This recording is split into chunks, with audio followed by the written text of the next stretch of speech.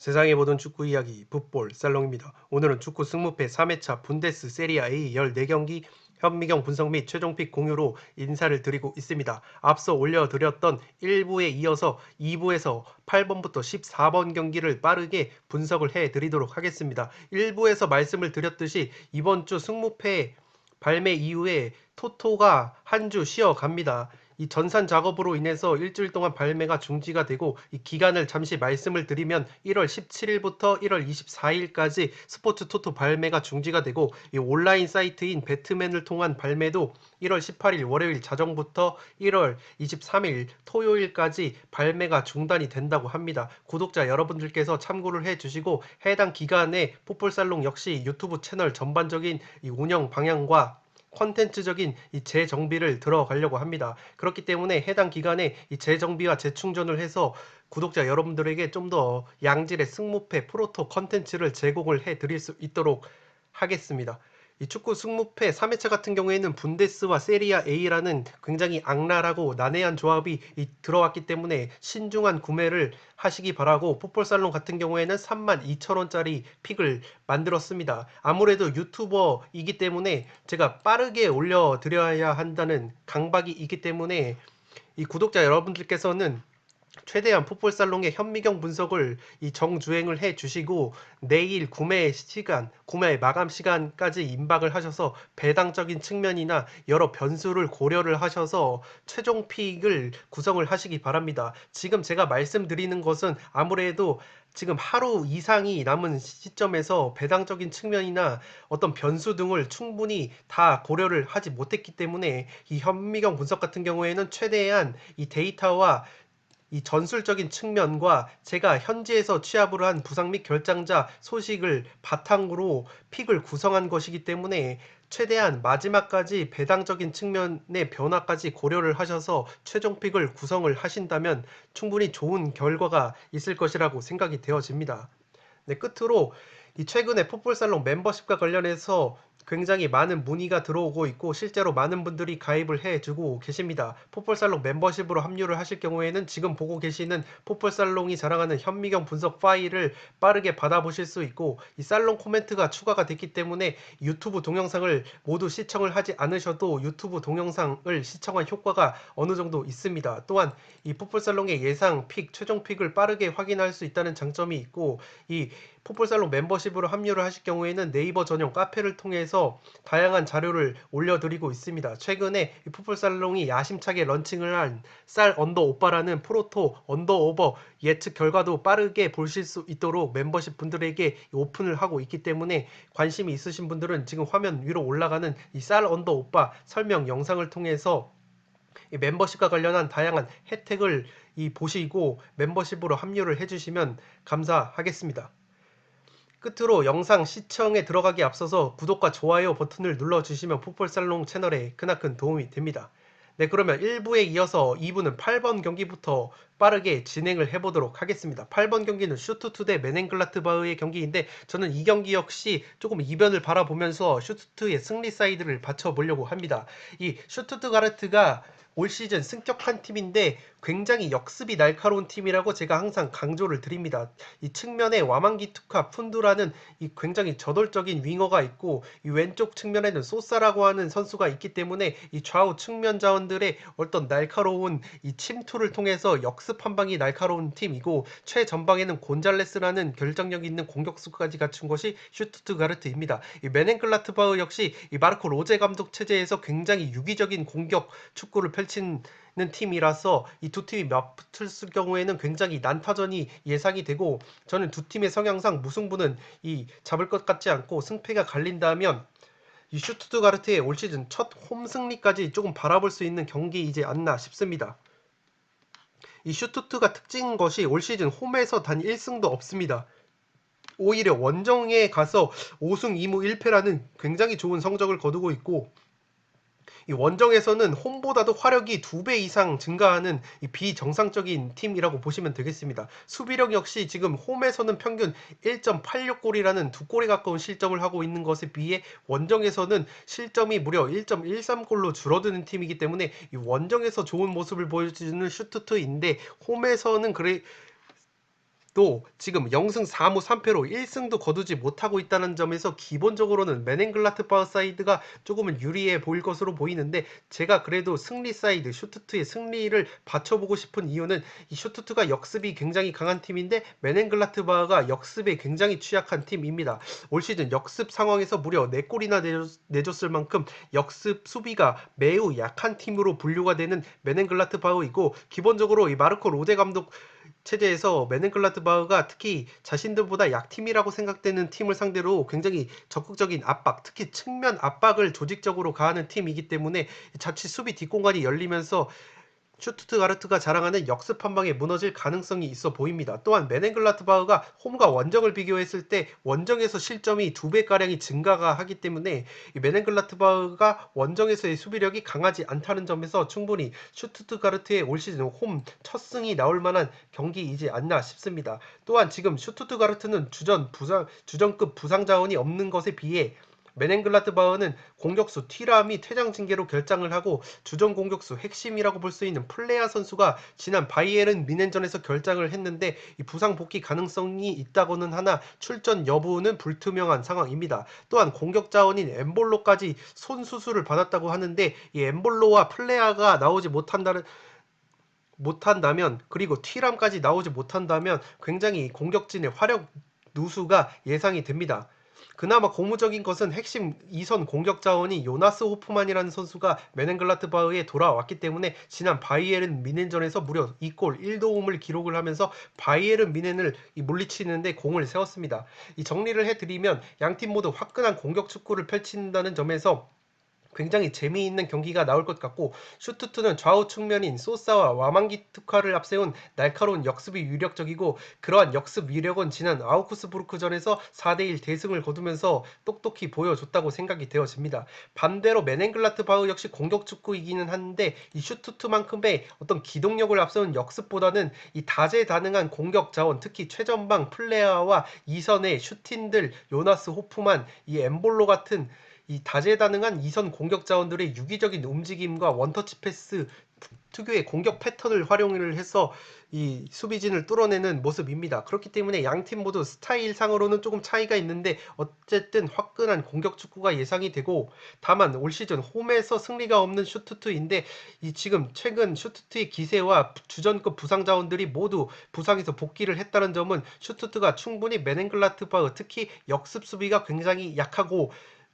원정에서 실점이 2배가량 증가가 되는 이러한 메넨글라트바흐를 상대로 충분히 홈 첫 승을 거둘 만한 경기이지 않나 싶습니다. 또한 메넨글라트바흐 역시 홈보다 원정에서 수비력이 약해지는 대신에 화력 역시 살아난다는 점에서 충분히 화력으로 슈투트를 찍어 누를 수도 있다고 보여집니다. 그렇기 때문에 제 생각에는 메넨글라트바흐의 플레아와 엠볼로 선수의 출전 여부가 굉장히 중요할 것 같고, 플레아와 엠볼로 선수가 무리 없이 출전이 가능하다면 충분히 이 창 대 창의 대결에서 그래도 이 노련미가 있고 결정력이 좀 더 우세하다고 볼 수 있는 메넨글라트바흐의 공격진이 좀 더 날카롭다고 보여지기 때문에 메넨글라트바흐 승리 사이드를 바치면서, 만약에 엠볼로와 플레아가 나오지 못하는 상황에서 슈투트의 역습이 살아난다면 충분히 이 슈투트의 승리까지도 바라볼 수 있는 경기라고 생각이 되어집니다. 그렇기 때문에 8번 경기 역시 조금 이변을 바라보면서 승패 투폴로 한번 가보도록 하겠습니다.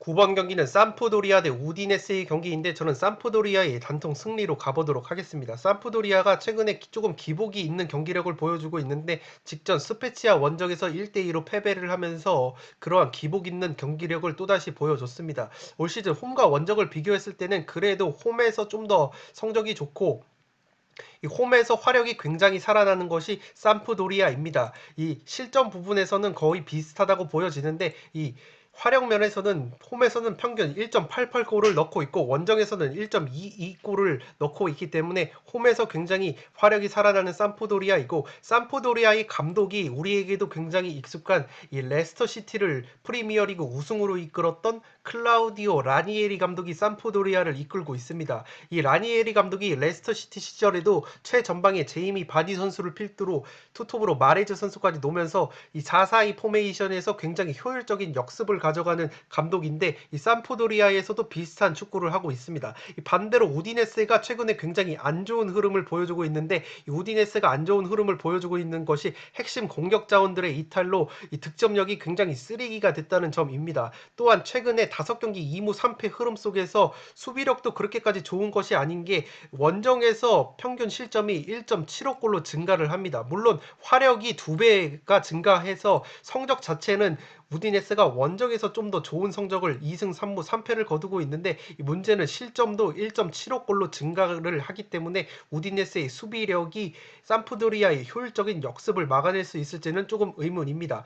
또한 제가 삼프도리아의 역습이 먹힐 것이라고 생각이 되는 것이 살롱 코멘트에서도 말씀을 드리겠지만 삼프도리아가 기본적으로 역습 패턴으로 4골을 넣고 있고 라니에리 감독 체제에서 효율적인 역습을 추구를 하는데 이 우디네스 같은 경우에는 경기를 보신 분들은 알겠지만 상대 진영에서 압박을 조금 병행을 합니다. 이 지난 나폴리전에서도 압박을 가해서 압박 상황에서 골을 만들어내는 등 굉장히 압박을 즐겨하는 팀인데 그렇게 될 경우에는 압박을 무리해서 할 경우에는 이 삼프도리아에게 이 수비 뒷공간을 노출을 하면서 삼프도리아가 자랑하는 효율적인 역습의 발목이 잡힐 수 있지 않나 싶습니다. 이 결장자를 짚어드리면 삼프도리아 같은 경우에는 주전 측면 자원인 이 얀크토 선수가 경고 누적 징계로 나오지 못해서 조금은 전력 누수가 있을 것으로 보입니다. 이 얀크토 선수가 이 4골 3도움을 올려주는 측면 자원이라는 점에서 이 공격력이 약화될 가능성이 있고 우디네스 같은 경우에는 그보다도 더 부상자가 많습니다. 특히 공격수, 주전 공격수 오카카 선수가 부상으로 빠져 있고 백업 공격수인 포레스티어리까지 부상으로 빠져 있습니다. 또한 수비수 누이팅크가 부상 중에 있고 주전 아르헨티나 공격수인 푸세토가 부상 중으로 빠져 있기 때문에 충분히 우디네스 쪽이 좀 더 화력 약화가 예상이 됩니다. 이 살롱 코멘트에서 정리를 해드리면 우디네스 같은 경우에는 삼프도리아의 상대 전적에서 조금 이 열세입니다. 삼프도리아의 원정에서 마지막 승리를 거둔 것이 이 8년 전입니다. 그렇기 때문에 이 8년 동안 삼프도리아 원정에서 승리를 거두지 못하고 있고 반대로 삼프도리아 같은 경우에는 우디네스를 상대로 3연승을 거두고 있다는 점에서 충분히 이 자신감을 가지고 우디네스를 상대할 가능성이 높고 지금 문제인 것이 우디네스가 공격 자원들의 줄부상 특히 푸세토와 오카카라는 이 주전 공격수들의 부상으로 인해서 공격력이 살아나지 않는 것이 우디네스의 가장 큰 문제입니다. 최소 득점, 이 득점, 최소 득점 3위에 위치할 정도로 득점력이 굉장히 안 좋고 그렇기 때문에 지금 이 우디네스에는 이 데파울이라는 에이스 선수에게 의존을 해야 되는데 이 데파울이라는 에이스 공격 자원도 최근에 6경기 무득점 행진을 이어가고 있기 때문에 데파울의 이 경기 감각도 살아나지 않고 있습니다. 그렇기 때문에 이 우디네스의 빈공이 또 한 번 예상이 되고 삼프도리아 역시 기복이 있는 팀이지만 그래도 홈에서는 인터밀란을 잡아내는 저력이 있는 팀이기 때문에 충분히 홈에서 화력이 살아나는 모습 속에서 효율적인 역습, 특히 라니에리 감독, 우리에게도 익숙한 레스터시티를 우승으로 이끌었던 그 라니에리 감독 특유의 4-4-2 포메이션의 효율적인 역습을 가동을 한다면 수비 뒷공간이 벌어지는 우디네스를 상대로도 효율적인 축구를 구사할 수 있지 않나 싶습니다.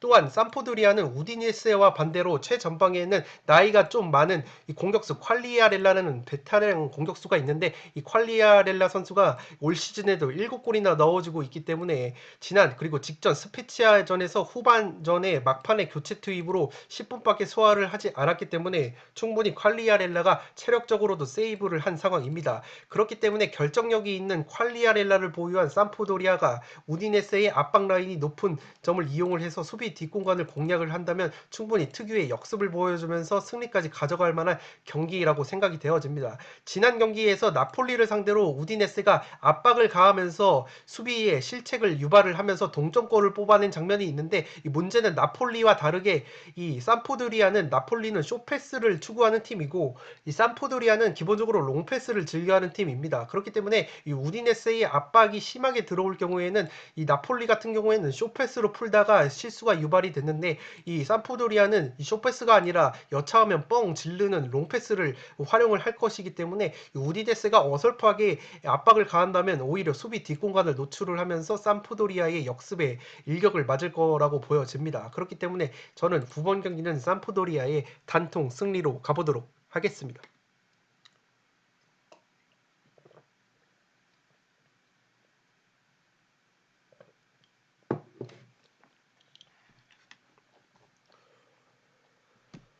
10번 경기 나폴리 대 피오렌티나의 경기는 피오렌티나의 단통패 나폴리 사이드를 보도록 하겠습니다. 나폴리의 단통 승리를 보는 이유는 이 나폴리 쪽의 에이스 메르텐스가 부상해서 돌아왔습니다. 직전 하브리그와의 이 컵 대회에서 이 교체 명단에 이름을 올렸는데 실제로 출전은 하진 않았지만 교체 명단에 들어왔다는 것은 한 달 만에 부상 복귀가 됐다는 점이고, 메르텐스가 돌아온다면 나폴리의 지금 이 이 공격진인 로사노가 굉장히 좋은 폼을 보여주고 있는데, 그 로사노와 더불어서 메르테스까지 합류를 한다면 충분히 나폴리가 화력적으로 피오렌티나를 홈에서 압도를 할 수 있을 것 같습니다. 반대로 피오렌티나 같은 경우에는 노장 공격수이지만 공격의 핵심적인 역할을 하는 이 리베리 선수가 또다시 부상으로 빠졌기 때문에 리베리가 없는 상황에서 피오렌티나가 나폴리 원정에서 좋은 경기를 펼칠 수 있을 것이라고는 조금은 생각이 되지는 않습니다.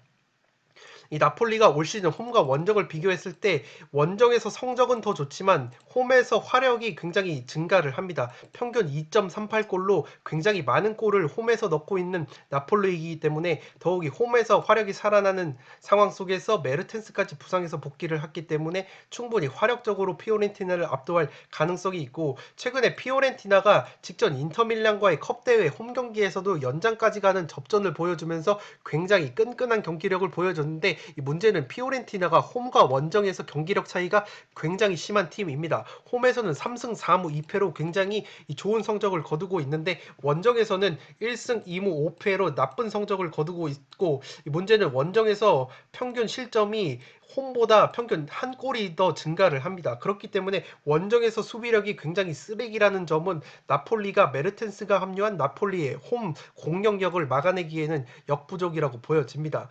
이 살롱 코멘트에서 정리를 해드리면, 나폴리는 최근에 메르텐스가 한 달 정도 부상으로 빠졌었는데 그 부상 공백 속에서도 그래도 로사노와 이 페타네아가 굉장히 제 몫을 해주면서 나쁘지 않은 경기력을 보여줬습니다. 지난 컵 대회에서 메르텐스가 서브 명단에 포함이 됐기 때문에 피오렌티나전의 출격이 유력할 것으로 보이고, 최근에 나폴리의 주장인 인시네 선수가 기대 이하의 이 경기력을 보여줬는데, 그러한 인시네의 컨디션이 들쑥날쑥한 상황 속에서 메르텐스라고 하는 걸출한 공격수가 복귀를 한 것은 굉장히 큰 힘이 될 것 같고, 반면에 피오렌티나는 홈에서는 경기력이 좋은데 원정에서 굉장히 경기력이, 특히 수비력이 안 좋아지는 점이 있고, 더욱이 리벨이라는 베테랑 공격수가 또다시 부상으로 이탈을 했기 때문에 공격진의 전력 누수가 굉장히 심할 것으로 보입니다. 이 원정에서 수비력이 굉장히 약해진다고 말씀을 드렸는데, 이 홈에서는 피오렌티나가 최소 실점 1등입니다. 유벤투스와 함께 최소 실점 공동 1위를 달릴 정도로 홈에서는 수비력이 굉장히 좋은 팀인데, 원정을 가면은 최다 실점 공동 5위로 굉장히 수비력이 약해지는 약점이 있습니다. 그렇기 때문에 홈에서 화력이 살아나는, 더욱이 메르텐스까지 합류한 나폴리의 화력을 원정에서 수비력이 약해지는 피오렌티나의 수비진이 막아내기에는 조금 역부족이라고 보여집니다. 또한 직전 컵 대회에서도 이 나폴리 같은 경우에는 교체 카드를 적절히 활용을 하면서 체력 안배를 어느 정도 했는데, 피오렌티나 같은 경우에는 인터밀란과 연장 접전을 치렀기 때문에 체력적인 면에서도 나폴리가 근소하게 우세할 것으로 보입니다. 다만 지금 피오렌티나는 이 최다 득점자인 장신 공격수 블라우비치가 꾸역꾸역 한 골씩 넣어주고 있는데, 이 블라우비치에게 의존을 하는 단조로운 패턴이 또다시 반복이 된다면 특유의 원정 고자다운 모습이 보이면서 나폴리에게 고전을 할 것으로 보입니다.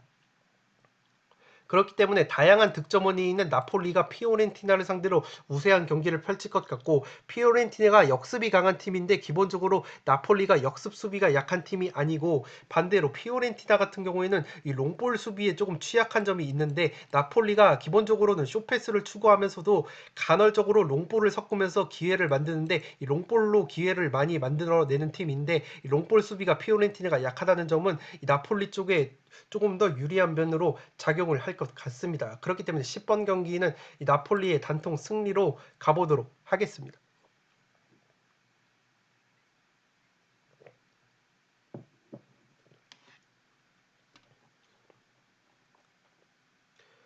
11번 경기 크로토네 대 베네벤토의 경기인데, 저는 크로토네의 단통패 베네벤토의 사이드를 보도록 하겠습니다. 이것이 지금 승격팀 간의 맞대결이고, 승격팀 대 승격팀이 붙을 경우에는 이 1부 리그에 올라와서의 성적과 이 별개로 굉장히 종잡을 수 없는 경기력과 결과가 나오기 때문에 처음에는 저도 크로토네의 어떤 투포를 잡으면서 이변을 보려고 했는데 그래도 베네벤토의 사이드를 보고 싶은 것은 올 시즌 베네벤토가 특히 원정에서 좋은 경기력을 보여주고 있습니다.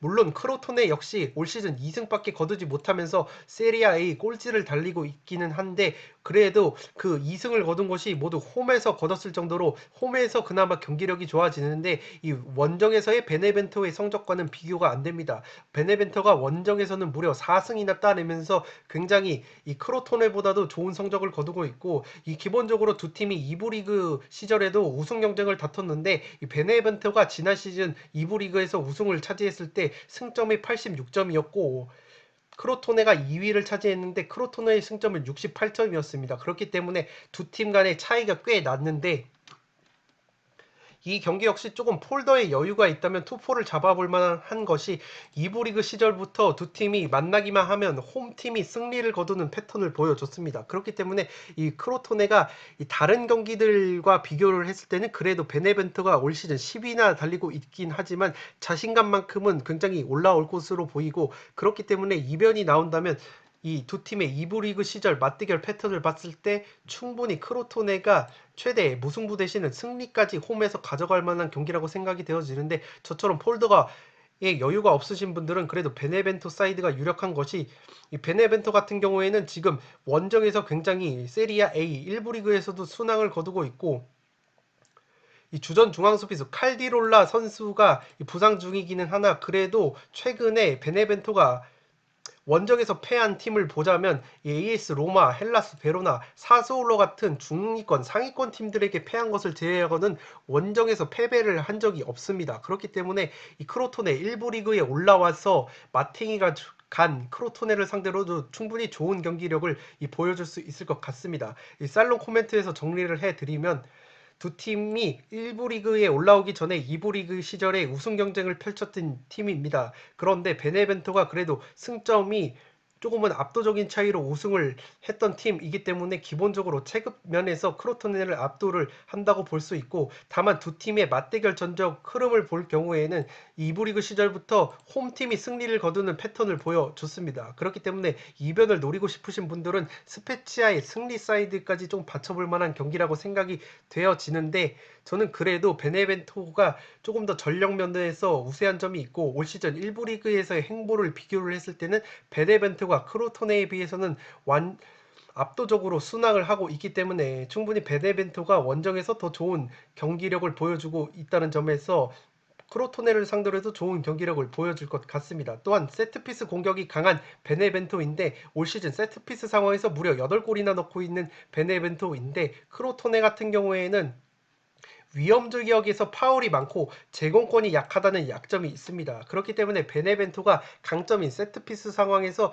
충분히 이 스토리를 써낼 수 있을 것 같고 앞서 말씀을 드렸던 것처럼 베네벤토가 원정에서 패한 팀은 모두 중상위권 팀이라는 점에서 세리아 A 꼴찌를 달리고 있는 크로토네가 원정 베네벤토를 상대로 좋은 경기력을 보여줄 수 있을지는 조금 의문이라고 보여집니다. 그렇기 때문에 저는 이 경기는 폴더의 여유가 없으므로 베네벤토의 단통 사이드를 보도록 하겠고 2부 리그 시절의 맞대결 흐름과 이변을 조금 노려보고 싶으신 분들은 크로토네의 승리를 조금 바치실 것을 추천을 드리도록 하겠습니다.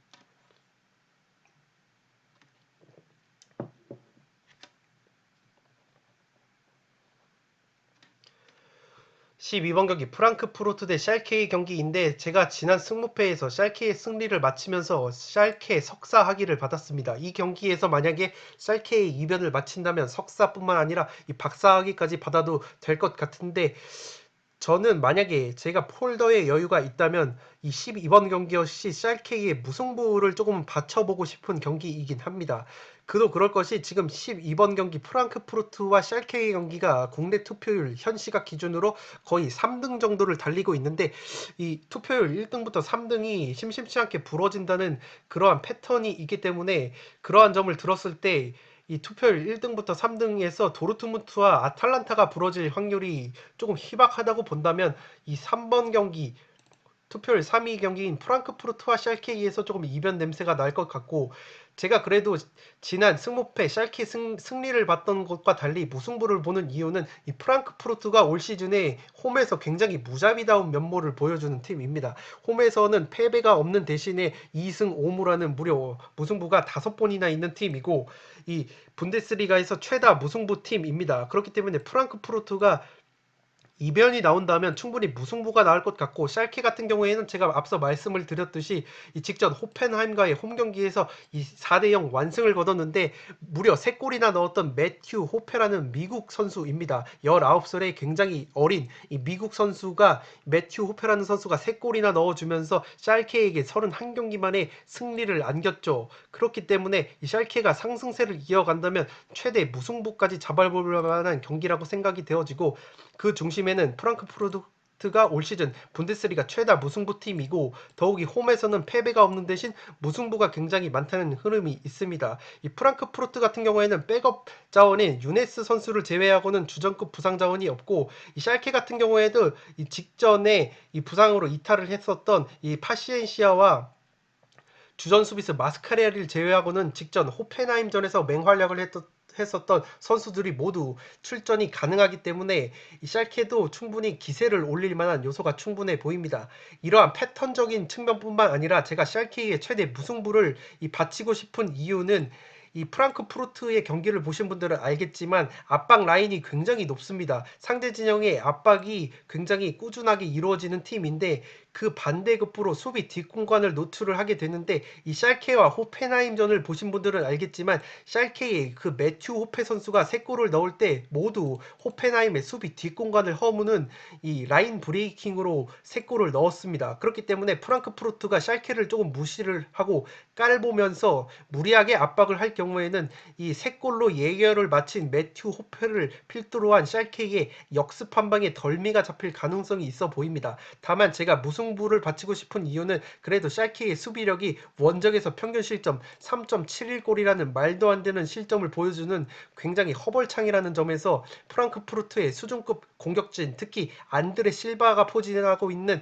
프랑크푸르트의 화력을 막아내기에는 조금 역부족이라고 보여지기 때문에 최대 이변이 나온다면 무승부가 나올 것 같고, 반면에 프랑크푸르트는 올 시즌 홈에서 패배가 없는데 이 분데스리가에서 최다 무승부 팀이고, 더욱이 홈에서는 무실점 경기가 없습니다. 이 실점 같은 경우에는 평균 실점이 1.29골로 낮은 편이기는 한데, 매 경기 7경기마다 최소 한 골씩은 실점을 한다는 점에서 샬케에게도 실점을 가능성이 충분해 보이고, 전술 구조상으로 프랑크푸르트가 압박이 굉장히 심하게 병행을 한다는 팀이라는 점에서 샬케가 지난 호펜하임전에서 보여줬던 역습 한 방을 들고 나온다면 충분히 프랑크푸르트가 올 시즌 7경기, 홈 7경기에서 모두 실점을 하고 있다는 점에서 충분히 샬케도 한 골 정도는 넣을 수 있을 것 같고, 그 한 골을 넣으면서 우주 수비를 펼친다면 프랑크푸르트가 홈에서 특유의 무자비다운 면모를 보여주면서 최대 무승부까지는 가져갈 만한 경기라고 보여집니다. 다만 저는 폴더에 여유가 없기 때문에 그래도 프랑크푸르트가 안드레 실바라고 하는 굉장히 결정력이 좋은, 올 시즌 11골이나 넣고 있는 이 안드레 실바가 맹활약할 여지가 충분하고, 레알 마드리드에서 임대 영입한 공격수 요비치까지 훈련에 돌아왔기 때문에 최전방 공격 자원의 퀄리티에서 프랑크푸르트가 압도를 하는 면이 있기 때문에 충분히 이 샬케를 요리할 수 있지 않을까 싶습니다. 그렇기 때문에 저는 폴더에 여유가 없기 때문에 프랑크푸르트의 단통 승리를 가지만, 폴더에 여유가 있으신 분들은 최대 샬케의 무승부까지 바치시는 것을 추천을 드리도록 하겠습니다.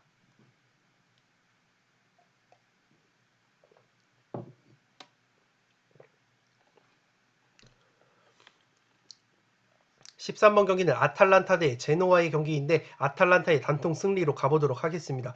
최근에 아탈란타가 4연승 굉장히 좋은 상승세를 타고 있고, 다들 잘 아시다시피 아탈란타가 가스페리니 감독 체제에서 굉장히 닭공, 화끈한 축구를 보여주고 있죠. 특히 홈에서는 평균 경기당 2.75골로 최다 득점 인터밀란에 이어서 2등을 달리고 있는 팀입니다. 그렇기 때문에 제노아, 강등권 싸움을 펼치고 있는 제노아를 상대로 충분히 아탈란타가 압도적인 화력을 보여주면서 승리를 따낼 수 있지 않을까 싶습니다. 더욱이 아탈란타 같은 경우에는 지금 주전급 자원들의 부상 소식이 별로 없기 때문에 최상의 전력을 가동할 수도 있고 직전 칼리아리아의 컵 대회에서 홈 경기에서 3대1 승리를 거뒀는데 그 경기에서 적절하게 로테이션을 돌리면서 주전 자원들의 체력 안배까지 한 상황이기 때문에 제노아를 상대로 충분히 좋은 화력을 보여줄 수 있을 것 같습니다.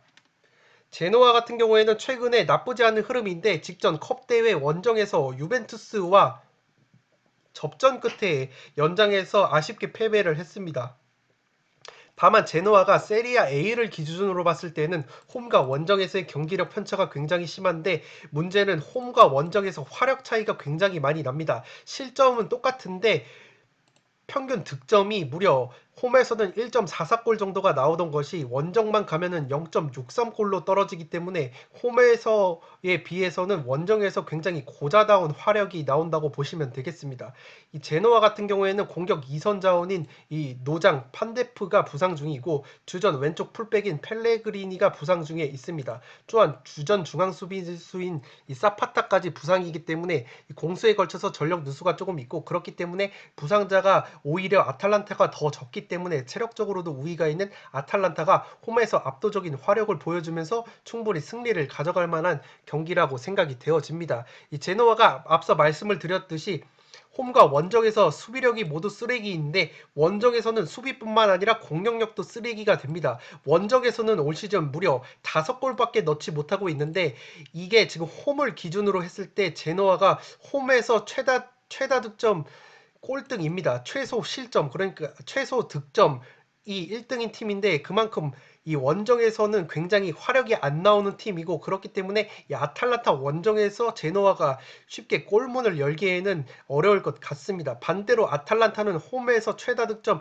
2위를 달리는 굉장히 화끈한 팀이기 때문에 원정에서 득점 꼴등인 제노아가 아탈란타의 골문을 열기에는 굉장히 버거워 보입니다. 부상자 면에서도 제노아보다도 오히려 아탈란타가 우위에 있고 직전 컵 대회에서 제노아는 유벤투스와 연장 혈투를 벌인 것에 비해 아탈란타는 칼리아리를 상대로 손쉬운 승리를 거두면서 교체 카드도 적절히 활용을 했기 때문에 충분히 아탈란타가 유리한 경기를 펼칠 수 있을 것이라고 생각이 되어집니다. 다만 제노아 같은 경우에는 기대를 걸 수 있는 것이 이 공격수 데스트로라는 공격수가 최근에 6경기에서 5골을 넣어주고 있기 때문에 제노아는 이 데스트로의 발끝을 한번 걸어봐야 할 것 같고 이변을 노리시는 분들은 이 제노아에는 데스트로 선수가 있다는 것을 참고를 해 주시기 바랍니다. 그렇기 때문에 저는 13번 경기는 아탈란타의 단통 승리로 가보도록 하겠습니다.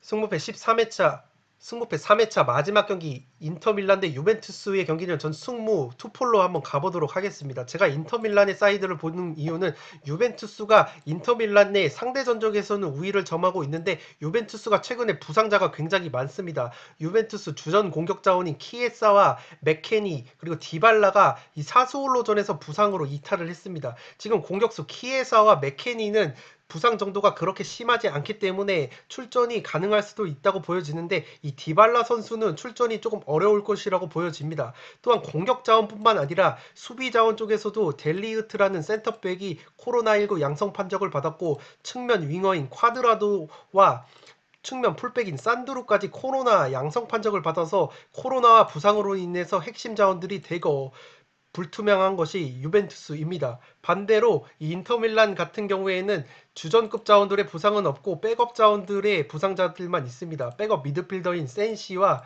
백업 측면 수비수인 다르미안 그리고 백업 수비수인 담브로시오만을 제외하고 이 주전급 자원들 루카쿠와 라우타로, 마르티네즈 그러한 공격 자원을 필두로 한 하키미까지 무리 없이 뛸 수가 있는 상황이기 때문에 화력 면에서 유벤투스를 조금은 압도할 수 있을 것이라고 보여집니다. 다만 지금 인터밀란 같은 경우에도 직전 컵 대회에서 피오렌티나와 이 접전을 벌였는데 후반 막판에 하키미와 루카쿠 주전급 자원들이 투입이 됐기 때문에 더욱이 연장까지 가는 접전 끝에 그래도 루카쿠 선수가 골맛을 보면서 승리를 거뒀기 때문에 양팀 모두 컵 대회에서 연장전을 치렀다는 점에서 체력 면에서 조금은 부침이 있을 수 있는 경기인데 그러한 측면을 고려했을 때는 결장자가 적은 인터밀란이 좀 더 체력적으로 우위를 점할 수 있을 것 같습니다. 이 살롱 코멘트에서 정리를 해드리면 최근에 유벤투스가 핵심 공격 자원인 디발라가 부상으로 빠졌습니다. 더욱이 키에사와 맥케니까지 출전이 불투명한 상황이기 때문에 호날두 선수에게 조금은 의존을 해야 할 것 같습니다. 물론 클루셉스키나 다른 공격 자원들, 특히 모라타 같은 선수들이 득점을 해줄 수는 있는데 그래도 디발라와 키에사라는 윤활유 역할을 해줄 수 있는 연결고리들이 빠진다면 이 화력이 약화될 가능성이 높아 보이고, 반면에 인터밀란 같은 경우에는 주전급 자원들의 부상은 없고 백업 자원들만 부상이 있기 때문에 충분히 이 유벤투스를 상대로 홈에서 득점 최다 득점 1등을 달리는 팀이기 때문에 화력을 앞세워서 승리까지 바라볼 수 있을 것 같습니다. 다만 상대 전적 면에서 유벤투스가 우위라는 점이 있고, 인터밀란이 최근에 콘테 감독 체제에서 공격적인 3백을 구사하다 보니까 이 수비력이 조금 약하다는 면이 있습니다. 더욱이 홈에서 오히려 원정보다도 수비력이 안 나오는 인터밀란이기 때문에 충분히 이 유벤투스가 이 결장자가 있다고는 하나 호날두, 모라타, 그리고 쿨루셉스키 같은 퀄리티 있는 공격 자원을 앞세워서 역습 한 방을 노릴 수 있는 가능성이 있기 때문에 이 상대 전적에서 우위를 점하고 있다는 점을 들여서 최대 유벤투스가 쉽게 패배를 하지 않는 모습까지는 보여줄 수 있다고 보여집니다. 그렇기 때문에 이 폴더에 여유가 있으신 분들은 저처럼 무승부를 바치실 것을 이 추천을 드리도록 하겠고, 양팀 모두 최근에 이 세리아 A에서 강팀들이라고 불리는 이 상대들과의 경기에서 시원하게 승리를 거둔 적이 없습니다. 무승부, 난타전 끝에 무승부를 거두거나 홈에서 원정에서 시원하게 승리를 거두는 흐름이 없기 때문에 양팀 모두 무승부가 나올 가능성도 조금 있어 보이고, 이 승패가 갈린다면 그래도 주전권 자원들의 이 부상 결작이 적은 인터밀란이 홈에서 최다 득점 1등 팀다운 화력을 보여주면서 한 골차 신승까지 바라볼 수 있을 것 같습니다. 그렇기 때문에 저는 승무 투폴로 한번 가보도록 하겠습니다. 네, 이것으로 승부패 3회차 세리아 A 분데스리가 14경기 현미경 분석 및 최종픽 공유를 모두 마치도록 하겠습니다. 제가 항상 말씀을 드리듯이 풋볼살롱의 최종픽은 어디까지나 제 생각에 불과하고, 제가 말씀드렸던 살롱 코멘트를 중심으로 전술적인 상성과 함께 다양한 유의미 있는 데이터를 바탕으로 나만의 픽을 구성을 하시기 바랍니다. 그대로 따라가실 경우에는 적중률이 굉장히 떨어지고, 제가 말씀을 드렸던 이변이 나타날 것 같은 경기를 위주로 풋볼 살롱의 살롱 코멘트 전술 분석을 참고로 해서 나만의 픽을 구성을 하실 때 적중 확률이 높아집니다. 끝으로 영상이 도움이 되신 분들은 좋아요와 구독 버튼을 눌러주시면 풋볼살롱 채널에 크나큰 도움이 됩니다. 구독 버튼 옆에 종 모양의 알림 설정을 해주시면 그 누구보다 빠르게 양질의 승무패 컨텐츠를 만나보실 수 있습니다. 네, 그럼 저는 다음 주 전산 점검 이후에 일주일 휴식기를 갖고 승무패 4회차 컨텐츠로 돌아올 것을 약속을 드리겠습니다. 또한 제가 주말에 진행되는 다른 리그죠. EPL과 라리가 같은 타 리그 쌀 언더 오빠 분석을 통해서 프로토 언더 오버 예측 결과까지 구독자 여러분들에게 제공을 해드리고, 일주일간 휴식기를 가지고 재정비를 해서 더 좋은 모습으로 찾아뵐 것을 약속을 드리도록 하겠습니다. 지금까지 풋볼 살롱이었습니다. 감사합니다.